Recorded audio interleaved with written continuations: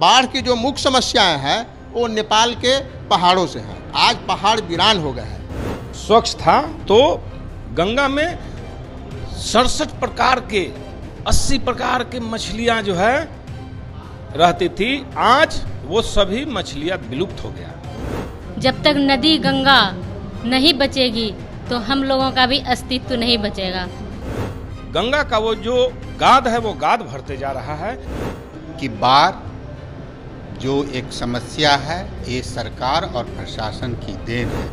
पहाड़ों से नीचे आ रही नदियों के साथ बहुत अधिक गाद इसलिए नीचे आ रहा है क्योंकि पेड़ कट गए हैं। गंगा अब अविरल और निर्मल नहीं बहती है। गंगा में वनस्पति और 76 प्रकार की मछलियां नष्ट हो रही हैं। नदी में गाद की वजह से नदी जल के बहने का रास्ता संकीर्ण होता जा रहा है। फरक्का बराज की वजह से सिल्ट जमा होता जा रहा है। गंगा मुक्ति आंदोलन के 2 दिनों के समावेश का आयोजन इसके संस्थापक अनिल प्रकाश ने किया।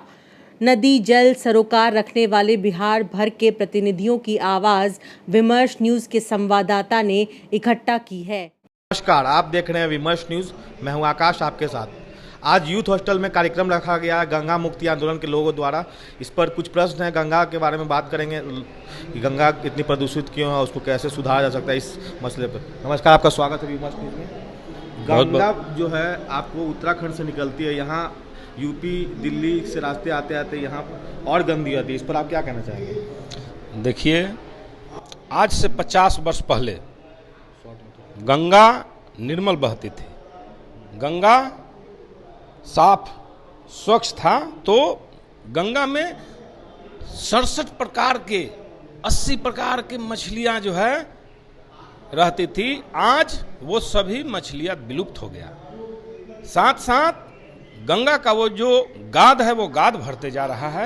ये सरकार, आपके माध्यम से हम सरकार से आग्रह करते हैं कि गंगा को स्वच्छ रखना बहुत जरूरी है।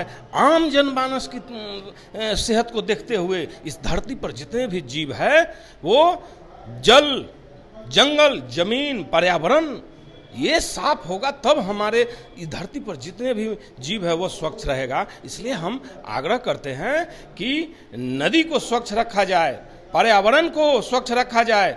इसके तहत गंगा मुक्ति आंदोलन एक तरह का आम जनमानस का जो है आगाज हो रहा है। सरकार को बताना चाह रहे हैं हम लोग कि आप समझिए, ये गंगा पर अविलंब सख्त कानून बने कि गंगा कैसे स्वच्छ रहेगा।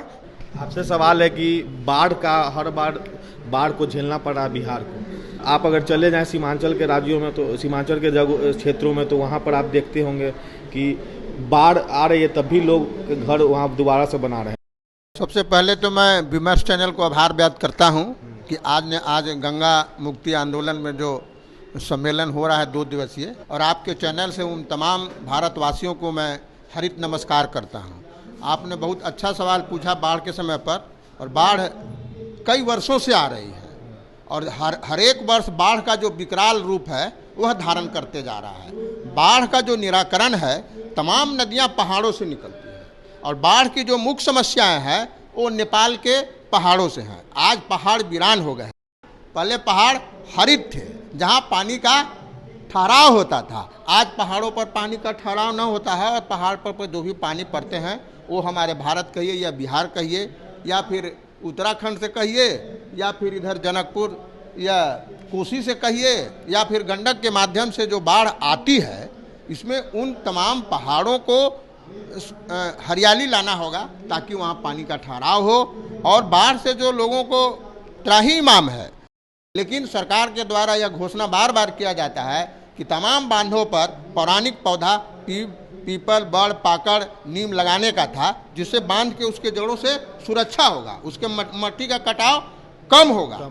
मट्टी के कटाव के कारण बाढ़ नदियों में गाद जो बढ़ जा रहा है, वो गाद के चलते नदी का जो पेट है वो छोटा हो जा रहा है और बरसात में पानी ज़्यादा आ जाता है, जिसके चलते बांध टूटता है। लोग यहाँ पे बैठक कर रहे हैं, आपके हिसाब से गंगा को क्यों बचना चाहिए?